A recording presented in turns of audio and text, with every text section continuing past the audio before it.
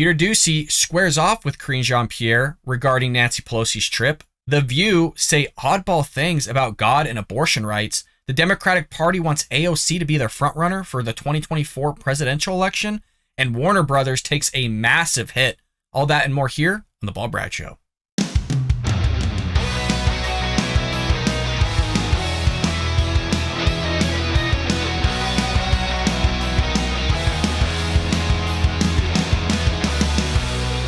Welcome to The Bald Brad Show.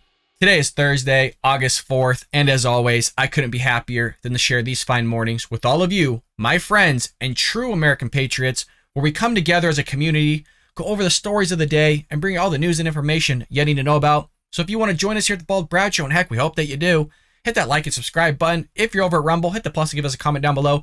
And if you're listening on any of the podcast airwaves, Apple, Google, Spotify, etc., heck, folks, we're everywhere.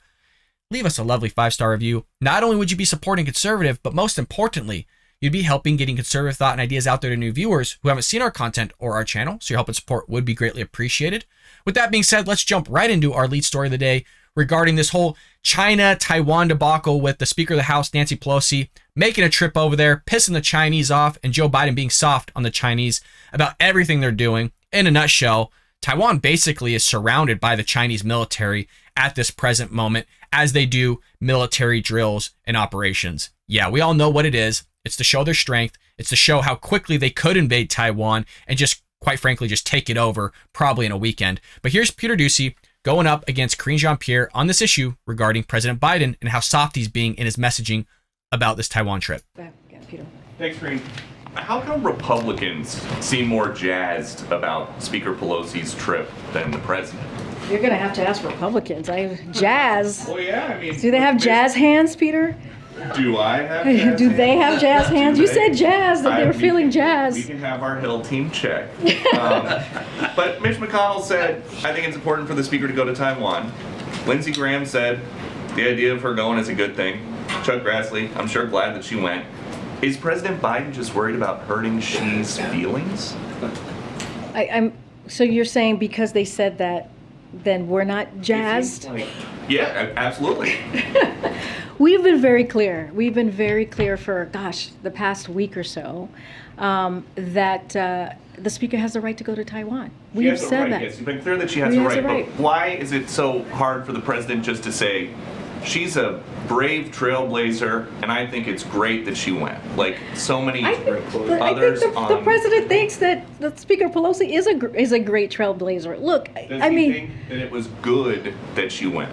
Here's the thing. What we are saying is that we cannot dictate, and we will not dictate where members of Congress go. Members of Congress. Wait, let me. Get that. That wasn't the question, Karine, and here we are again. Every freaking press briefing, he gives you a layup of a question. Is it a good thing that she went? The answer is just yes. You don't even have to elaborate on that. It's just the answer is yes. Move on to the next question. She almost in a nutshell shoots herself in the foot by just rambling and just not answering the question. There is no harm in just saying, yes, it was a good thing that she went. We obviously want Taiwan to be an independent nation. They are an independent sovereign nation. So just let it be that. But no, because Biden is somewhat in maybe the pocket of the Chinese government, because I have a feeling, a conspiracy, I don't have any evidence to prove this, but maybe they have some sort of information on the dealings that him and Hunter have been doing. We all know that he sent 1 million barrels of oil from our petroleum reserve to China, and it just so happens Hunter Biden has an investment in that area of which the oil went to. So there's a lot of stuff that's under the hood in which the Democrats don't want to look at. But notice here, she's not even answering a simple question. I don't get it. I honest to God don't get it. Let me finish. When they go, he doesn't dictate it, they go. Now he can say if he thinks it was good or not. I mean, that's not how it works. That is not how it works here. It really isn't. Members of Congress have the right to travel wherever they choose. Our part of this is to make sure we give them a thorough and complete briefing when it comes to the geopolitics of the region or the state, or when it comes to national security. That is our part in this. Now that Taiwan... Why can't you just say it was a good thing, though? We all know why. We all know why, because Joe Biden is soft on China. It's been out there in the open that a lot of foreign governments, even our allies, think Joe Biden's weak. And that's kind of the big message that's coming out regarding this whole trip to Taiwan, that it just looks weak. I mean, there was a clip when Nancy Pelosi got off the plane And God, it looked like she had a stick up her ass. I mean, it looked like she had to go to the bathroom or something because damn, she was shuffling like Joe Biden. She looked elderly.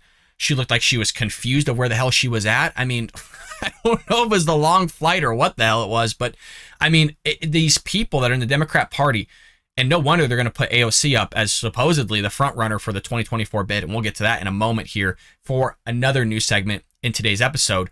But it's no shock that they need some youth in their whole Democratic Party because, God, they're just freaking a bunch of dirt running around, saying a bunch of nonsense, doing a bunch of nonsense, and chauffeuring around, saying and doing a bunch of nonsense. So let's continue He's here. effectively encircled by the Chinese military doing these drills.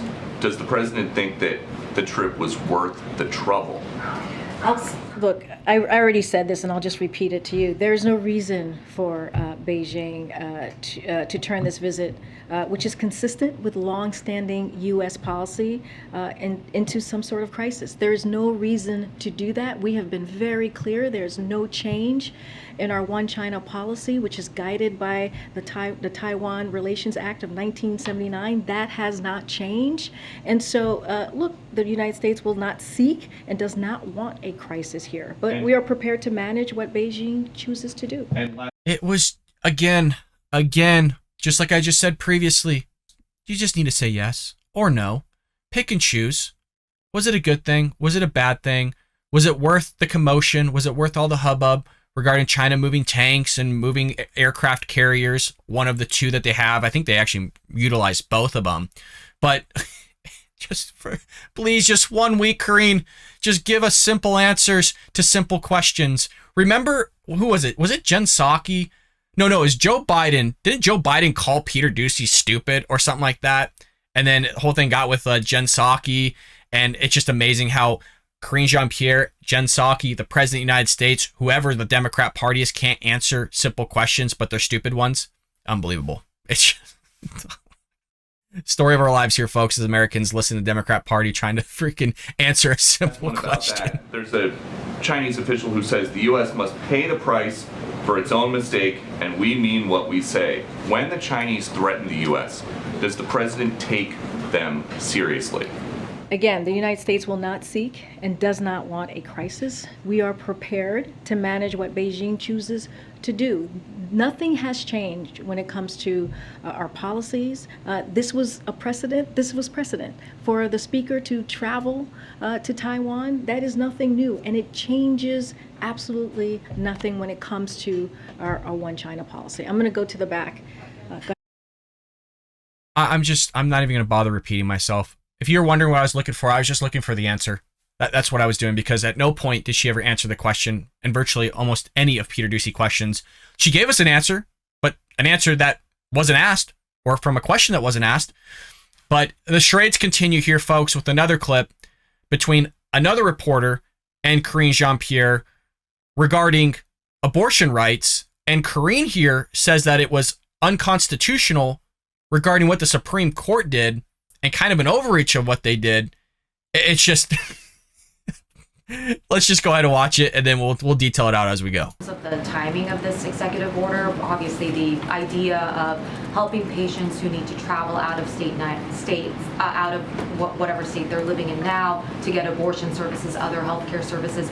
I think that's an idea that you all have been obviously talking about since the Supreme Court overturned Roe v. Wade.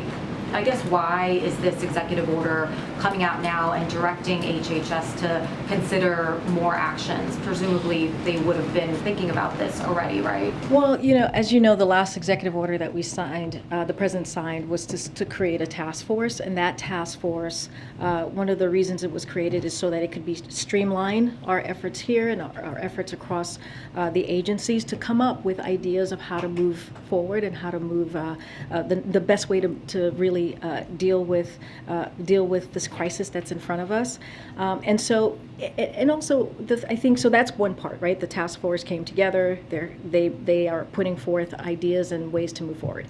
I think the other thing to think about is, the president has executive authority, but he also has to make sure he talks to the legal experts, right? He has to make sure that the ideas that we have or come up with can be done.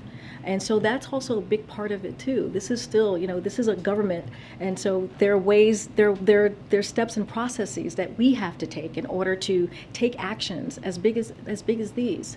And so that's something as well to take note. But look, there has been an urgency from this president from day one when the Supreme Court made this extreme decision to take away a constitutional right. It was an unconstitutional action by them, a right that was a right. It was an unconstitutional action to remove a right that was there.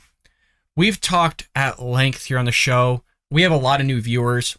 I'm not going to go over the whole thing again here. But look, and we're going to come back to the clip, even if you are pro-choice or pro-life, in terms of it being a right within itself to have an abortion, it doesn't exist. I was pro-choice.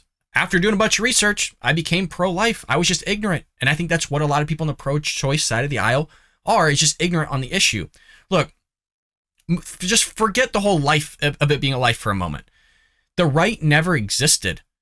Even if you go back to Griswold v. Connecticut, talking about contraceptives for married couples and that they have a right to privacy, and that the justices of the time looked at the Bill of Rights. They said the Bill of Rights was an emanation that created penumbras, created shadows, and within those shadows, we could found newly found rights, which they found the zone of privacy, as well as then transferred the language to right to privacy, which paved the way for Roe v. Wade, where they said that, in a nutshell, people had the right to an abortion. And then the Supreme Court act as the legislature in creating different trimesters for which you could have an abortion. So not only did they actually create a right to abortion, if that's what you want to call it, and a zone of privacy, but they also created a pathway to which trimester you could or couldn't get an abortion, acting as a legislature. So even if you weren't pro-life and you're pro-choice, the mechanisms of which the Supreme Court did was wrong in the first place. So forget the religious aspect, forget the pro-life aspect, forget the being a life for a moment. Just what the Supreme Court did was wrong in the first place. So just on that grounds alone, it should have been upheld and overturned. Now, if you want to get into the religious aspect and the life aspect, sure, we could do that. But just from a secular viewpoint of how government's supposed to be ran, which clearly Karine Jean-Pierre doesn't understand that, it wasn't, the whole first place it was unconstitutional. That right was never there in the first place. So much so that not only did the clerks of the justices of the time say it doesn't exist, but even the justices of the time said that it actually didn't exist in the language and that you had to utilize a different amendment to go ahead and find where that would be. Although it eluded for 176 plus years, the framers, the founders, and legislatures of all those times. So this is the type of stuff they're going to peddle and just completely lie to the American public, and nobody wants to do the research on it. So this is how this stuff gets pushed out there by the public, by other Americans of like, oh, it's unconstitutional. I can't believe what they did. They listen to Karine Jean-Pierre, Joe Biden, Nancy Pelosi, AOC, Ilhan Omar, all these knuckleheads. They go out to the justices and protest and waste their time rather than working and paying their bills and asking for government handouts. You know, they could be doing something better because now they believe in this stuff that the White House is trotting out. It's mind-blowing. For almost 50 years, a right that women had to make a decision on their bodies and how they want to start their families. And so the president has been very... How they want to start their families? Wouldn't you be ending a family with the right to abortion? Of which the Democrats want till the point of birth, like literally centimeters from the vaginal canal coming out. They want to be able to kill it. There's some Democrats that are on tape saying that they want it to have basically a capability of having an abortion after it's been born. The thing's kicking and screaming. It's alive. It's a freaking human being, and they want to kill the thing. Crazy. But starting a family, and this was a constitutional right for 50 years. Very clear that he's going to do everything that he can. It doesn't stop with this, but we also understand that he can't only be the only person working on this, right? That's why we continue to ask Congress to take action. Am I doing the math right? But yet, when our government does take action and it doesn't go in the direction you would like, then we need to do executive orders. If we're talking about climate crisis, we need to do executive orders. If you're talking about immigration, we need to do all sorts of things when we don't get our way. We go cry in the street, we whine about it, we complain about it. But look, it wasn't there in the first place. So that's what it's so odd. And it's not like abortions are gone. It just depends and left back up to the states, which is how it's supposed to be. And that's how you'd want things to be, right? Is that you can elect officials, you can elect people that will actually create and put in laws and legislation that you want. I mean, isn't that how things are supposed to be ran? But for some reason, the Democrat Party just wants power in the federal government to be able to dictate what you can and can't do. So that's what's crazy about it.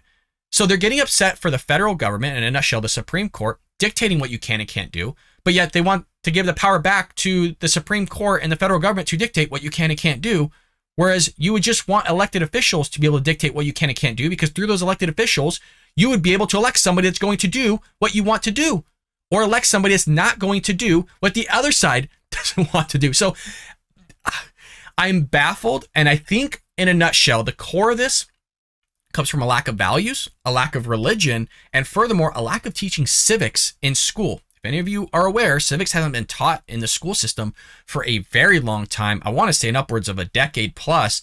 They don't teach really the formation of government. They do, but how often do you go through the school system without basically knowing anything nowadays? I mean, there's so many clips on the internet where it's like, who was the first president? You know, how many states are there? I mean, how many continents are there? I mean, they can't even answer the basic questions. You know, how many branches of government does the United States have? What are the names of them? Like, they can't even answer basic questions. And these are kids who are like fresh out of the school system. So that's where we're at with all that. Peter Doocy squaring off with Karine Jean-Pierre. Karine Jean-Pierre then saying abortion was a right and that it was unconstitutional with what the Supreme Court did. I mean, you just want to hit your head against the wall listening to this lady. Well, speaking of hitting your head against the wall, listen to one lady. Let's listen to four ladies here on The View. I'm sorry to put you all through it, but it's content. And it's just, The View sums up the progressive left. The View sums up where the Democrat Party is at in terms of ideology, because they listen to all of them, and then they go on their station here on The View, on ABC, and they just regurgitate what all the Democrats are saying and spewing. So this is in regard to abortion once again, because the whole Kansas thing has everybody up in an uproar about what happened. And they have a guest here, and forgive me, her name's slipping my mind at the moment, but she's a pro-life person. She clearly seems to be religious in the words that she says. And then Whoopi Goldberg, Joy Behar, and the others kind of just say a little bit of asinine things, that kind of oddball in terms of religion. I'm not saying it's all wrong, but it's also really weird at the same time. Let's go ahead and roll it. And this is all I really want to say about it, is that people like Herschel Walker, who's running, he supports abortion bans without any exceptions for rape, incest, or the health of the mother. Now, in 1979, I had an ectopic pregnancy. Mm-hmm. I'll tell you what an ectopic pregnancy is, in case you don't know. And I almost died. Right. So the fetus is growing in the fallopian tube. And there is nowhere to go from that. You can't give birth from your fallopian tube. And the fetus will not grow. It just grows, but not to full term. So it'll grow just enough to make the tube burst. Mm-hmm. What happens then is that you bleed internally, and then you die if it's not. They rushed me to the hospital. The doctor the next day said we almost lost. Okay, even before she gets to whatever she's going to say, this is where that poll comes into effect of them utilizing, Democrats will utilize this all the time, saying, oh, well, majority of Republicans approve of some sort of abortion. So we're not necessarily talking about incest or even rape. This would be another example of, look, it's not a viable life. It's not going to develop, just as Joy Behar correctly said. It's terrible that she went through that. I mean, it's 100% terrible that she went through that. And I'm not a fan of her, but this is along the lines of what pro-lifers would be for in terms of, terminating that life that is in the womb, because it's not going to develop either way. So there seems to be, what I'm guessing, a disconnection to what the View hosts are thinking conservatives and Republicans believe compared to like what reality actually is and what we truly believe. You. Right. Because I was in the situation where I could go to Beth Israel Hospital, and they took care of it there. So I'm thinking, what are these people thinking about when they talk about the health of the mother? Mm-hmm. Herschel Walker, people like that cannot be in positions of power. Do you believe that that's an abortion, Joy, that you had, or you think it's an ectopic pregnancy? It was an ectopic pregnancy because the fetus was growing in the fallopian tube. It was not an abortion, and it was not a miscarriage. Right, so I think some people try to link those two together. And but it's you a loss see what of I'm life saying. either way, die. Which is you die. It's sad, that's a grief, right? So that's a grief. And I think whether you struggled with fertility like I did, you were here. I was trying to get acupuncture, trying to have a baby. If you struggle with infertility, whether you had an ectopic pregnancy, whether you've had a number of miscarriages, which you grieve, and that's hard. I think one thing we're failing to mention to women, as women, is that there are options out there that extend beyond abortion. I personally believe, not because I believe life has value, because I believe our Creator assigns value to life, and those lives have plan and purpose over them as designed by God that are not limited to the circumstances of conception nor the situations they're born into. But I do think there are options out there. There are thousands of agencies that wrap around women that might not be able to care for the baby once born, or may not want the baby when they're pregnant, or maybe it was unexpected and they're in a hard situation, but that will come around at no cost and wrap around you. And I might not change your minds, but I hope women out there know to look for the nonprofits, look for the agencies that help you create a birth plan and match you with an adoptive family who may have suffered miscarriage after miscarriage, who want to care for the baby. So that option's real and it's out there, and I don't believe in giving women half the information out there, and I think those lives have a precious value on them. They do. So we're going to continue here in one moment. I love the aspect that she's not talking about incest. She's not talking about rape, because that accounts for, we'll kind of put it high at 1% of abortions, where the vast majority of abortions are, in a nutshell, an inconvenience to the person that's giving birth or to the couple that's ultimately going to be having a child together, a male and a female. It's just that they might not have enough money. Maybe they made a mistake. They didn't plan for it, whatever it may be.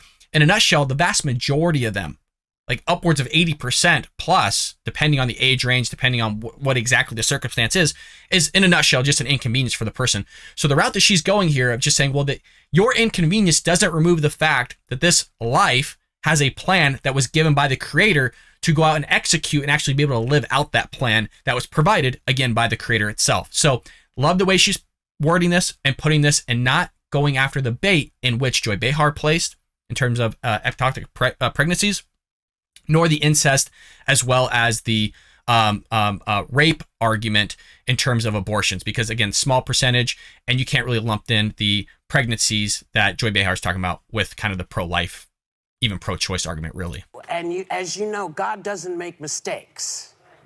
God made us smart enough to know when it wasn't going to work for us. That's the beauty of giving us freedom of choice. No. Yes, because I know my I like that she's saying no. You know, my relationship is always choppy.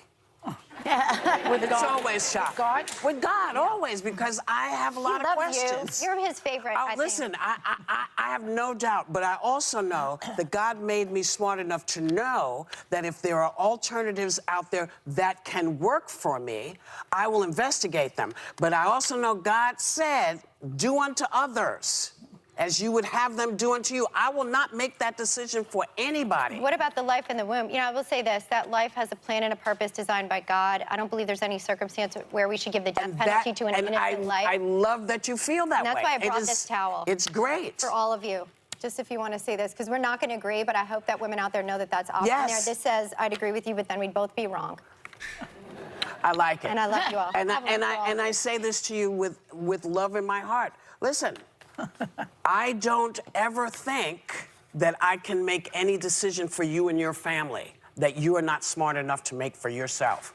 And God knows my... Isn't that an amazing statement? We're going to end it there because they go to a commercial break, it seems like. That they're not going to make a decision for us and our families, right? But yet at the same time, they want to remove your Second Amendment rights to bear arms, to protect your family, but they're not going to infringe upon that, folks. They're not going to make that decision for us to be able to protect our families or from a usurpacious government, whether that's domestic or foreign. This is how this works. There's a double standard consistently from The View where you jump from one topic to another topic, and it's not a linear logic whatsoever. They want to remove your rights to bear arms. They want to be able to kill actual life in the womb. So this whole thing of her manipulating scripture, don't do to others as you wouldn't do to yourself, and all this stuff, it's like, you already do that, Whoopi. You already do that, Joy Behar. You already do that, the host of The View, by the things that you say and want to implement.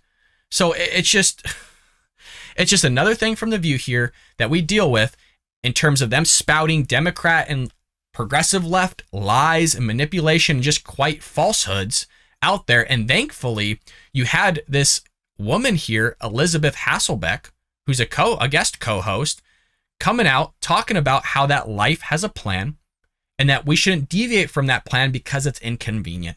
That's really, at the end of the day, the vast majority of abortions. Look, even if pro-lifers said, fine, those 1%, we're in hypothetical realm now, that 1% of incest and rape have an abortion. they still wouldn't be okay with it because it was supposed to be safe, legal, and rare to begin with. No longer is it rare. They want everybody to have it. They want it to have a blanket all over till the point of birth and sometimes after birth to have an abortion. So it's not rare. And this is what they're pushing here. This is the stuff they're peddling. They're a bunch of liars. And look, just all I can do is encourage everybody on the show to take a moment, read about Griswold v. Connecticut. It doesn't take long. And then read how that tracks into Roe v. Wade. And I have a major announcement about both of those here coming this fall. So if you don't want to go check it out yourself, I have a major announcement at some point here, hopefully in the next about month or two, that I could present all of you that will help you with this whole understanding of Roe v. Wade.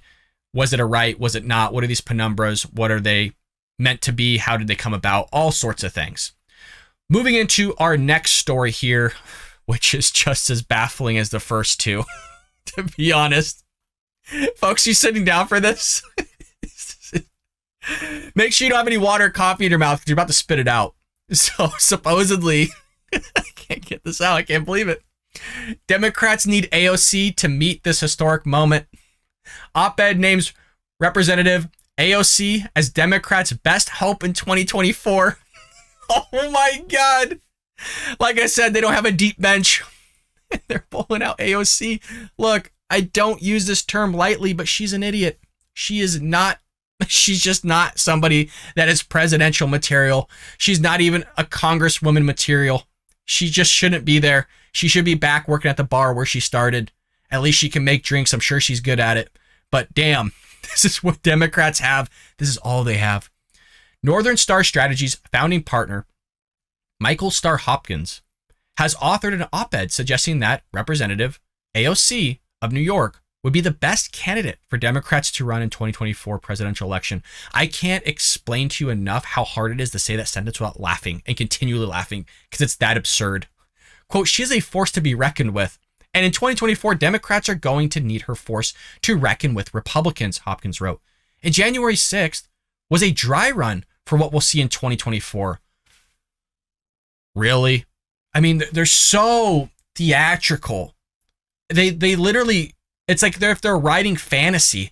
Oh, that's just a dry run. They're going to sit there and band together with their guns and they're going to storm it, just take it over and just have a real insurrection, just a real coup of the government. It's like, come on. Really? You can't really believe that. I mean, honest to God, you can't. Just look at the video of what took place. You got a lot of people outside. The ones that were inside are getting in trouble for doing it. The ones that went inside and acted the way they did were a bunch of idiots. Every Republican conservative that I know of virtually believes that. So stop pushing this whole silliness of like it was a dry run. We need an inspirational and generational candidate to fight back. Democrats need AOC to meet this historic moment. Inspirational? Come on. What inspiration? They see something I don't, folks. Hopkins said the Congresswoman would electrify the party's base, turn out the youth at record levels, and bring the party together by acknowledging the threat posed by electing Trump Republicans. We're a threat, folks. We're a threat. While actively the Democrat Party, in a nutshell, has open borders, terrorists are coming across, you have Iran building a nuclear warhead, you have North Korea trying to build a nuclear warhead, you have China surrounding Taiwan, you have inflation going through the roof. I mean, the list goes on and on here, folks. And we're the threat. All the while, they're still trying to move your Second Amendment rights. It just passed a bill in the House to remove semi-automatic weapons, some of them. And that list will just keep accumulating as time goes on. But no. We're the threat here, folks. We're the threat.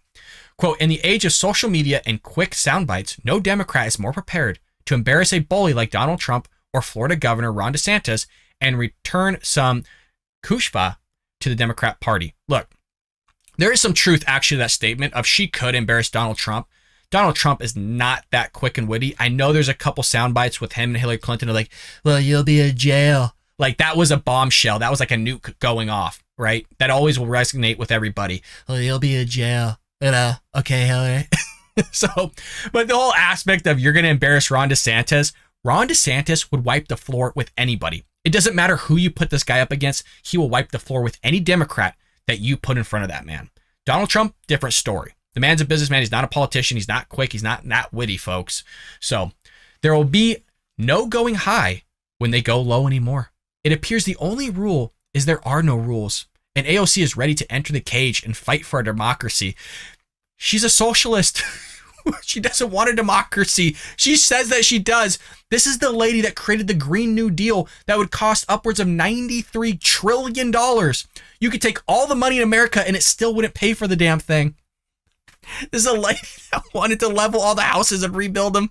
Every building in the United States. But yeah, fight for our democracy while you try to destroy it. It's not just Democrats that need Ocasio-Cortez to electrify a nation and ensure Trump or DeSantis doesn't find his way into the White House. We all need a leader who knows the price of gas. Really? Really? We all need a leader who knows the price of gas as we're paying through the roof? Yeah. Can tell you the cost of milk and still remembers trying to figure out how she could keep on the lights. This is also a lady that wants to have her college debt be paid for by the government. She can't even figure out how to pay off her own debt as she makes like 6 figures in Congress. So you're going to tell me we need a leader who knows the price of gas, the cost of milk, but can't pay off her own bills and her own debt? Okay. While AOC is not yet old enough to serve as president, she will turn 35 years old just before the 2024 presidential election, meeting the minimum age requirement stipulated by the Constitution. President Biden said last year that he plans to run for re-election. Well, let's be honest. I don't know if that guy's going to make it. He says here, provided that he is still healthy. Provided that he is still healthy, meaning that he's healthy now? The guy fell off his bike while it was stationary. He fights with his teleprompter. We did shorts. I just did 2 or 3 shorts of the guy fumbling through his words, fighting with his teleprompter, losing his train of thought. I mean, I could do endless gaffes and shorts of this guy just completely losing it. I haven't even done anything about him roaming aimlessly, getting lost, Jill Biden having to find him, the Secret Service trying to chauffeur him around. I haven't even done those compilations. I mean, we could have endless content here of Joe Biden. He's not healthy. Come on. The same, look, I guess I shouldn't be surprised. The same guy on here that's saying that, January 6th was a dry run is also saying Joe Biden's healthy. So who am I kidding myself trying to rationalize anything from this guy? He is already the oldest president in U.S. history and will be 86 years old by the end of his second term in office. But if Biden does not mount a re-election bid, he could face a tough primary contest. A CNN poll found that 75% of Democratic-leaning independents who are registered to vote think the party should tap someone other than Biden as a 2024 nominee, while just 25% think the party should go with Biden. So, I mean, that just shows you how nuts the Democrat Party is. 25% still think Biden should go on as he's being chauffeured out on a gurney on strings. Somebody's like moving his mouth behind the camera. It's like, and then get this. The other part, wants AOC. So they're going to chauffeur out a dead guy or this lady that creates the Green New Deal and all these nutso things and wants, democracy. And I'm putting that air quotes for that's listening because let's be honest, she doesn't want a democracy. She wants to rule. She wants to be, I guess in a nutshell, a queen that just dictates what we do and don't do with our own house, with our own property, with our own carbon emissions. I mean, this is where the Democrat Party is at, folks, and it's mind-blowing. Lastly, speaking of mind-blowing things, I can't even believe this is happening with Warner Brothers. So Warner Brothers filmed this movie called Batgirl. Okay, there's this big push to have women superheroes. You see it from Marvel, and DC is trying to catch up all the time with Marvel rather than shelving a lot of this stuff, starting from scratch and actually creating a 10-year plan, pretty much like what Marvel does with Kevin Feige, creates and maneuvers all these puzzle pieces, has them in place already, and then starts going to work. For some reason, DC's not doing that. They're just making the 28th Batman movie and going, oh, well, we're going to start over again. Well, there's this Batgirl, and Warner Brothers Discovery will not release it either theatrically or even on HBO Max. The Wrap has learned the $90 million project is effectively dead. Folks, they're going to lose upwards of like $100 million on this, like literally lose. It's gone on this. They're not making any money. Quote, the decision to not release Batgirl reflects our leadership's strategic shift as it relates to the DC universe and HBO Max. Leslie Grace is an incredibly talented actor, and this decision is not a reflection of her performance. We are incredibly grateful to the filmmakers of Batgirl and Scoob, Holiday Haunt, and their respective casts, and who we hope to collaborate with everyone again in the near future. This comes from Warner Brothers Pictures spokesperson. Made under a previous regime, Batgirl was initially designed to be an HBO Max release and then was being considered for theatrical distribution due to COVID issues and the shutdowns. The budget ballooned to $90 million. The movie stars In the Heights break star Leslie Grace in the title role of Barbara Gordon. The leaders of the studio determined ultimately, in spite of reshoots and increased budget, that the movie simply did not work, according to insiders. We're hearing, not just from insiders, but like screeners, that this was just abysmal. Like up there with, in terms of how bad, up there with how bad Miss Marvel is supposedly going to be. Like Marvel themselves, Marvel Studios of Disney, is losing their crap as well because they keep pushing this whole women's agenda thing where you need to let it happen naturally. And look, not a lot of people are really into women superheroes. I have nothing against it. I actually, personally, I liked the Marvel movies in terms of, her name's slipping my mind, Brie Larson. Brie Larson, I really enjoyed her movie. I don't agree with her political stuff at all, but I thought it was natural. I thought it made sense. I actually really enjoyed it. I know a lot of people that didn't. So it's not that I'm against like a woman being a lead or a woman being like a superhero by any means. I loved WandaVision. You know, you think you get my point. You get my point. I'm going to move on with it.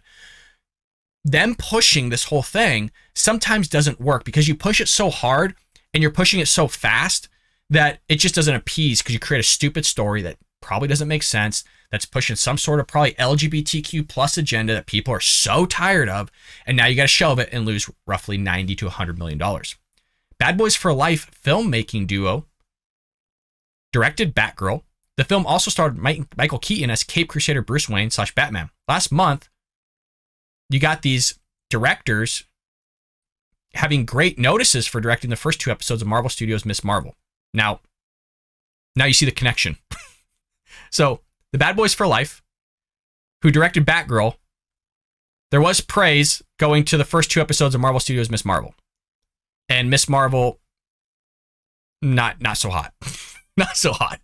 The Marvels, which will have Miss Marvel and Brie Larson in it, as well as some other person, that's the one that got terrible ratings. Okay, terrible ratings. Accordingly to the Hollywood Reporter, Warner's has also decided to shelve animated feature Scoob, Holiday Haunt, which had a budget in the range of $40 million. Batgirl made her debut in Batman Mythos 50 years ago as Barbara Gordon, the daughter of Gotham City Police Commissioner Jim Gordon.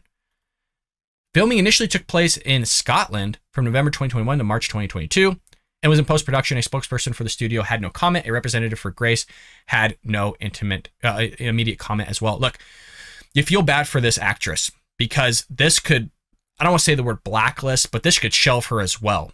When you have a movie that is so bad that doesn't even you can't even put on your streaming services? Like, what?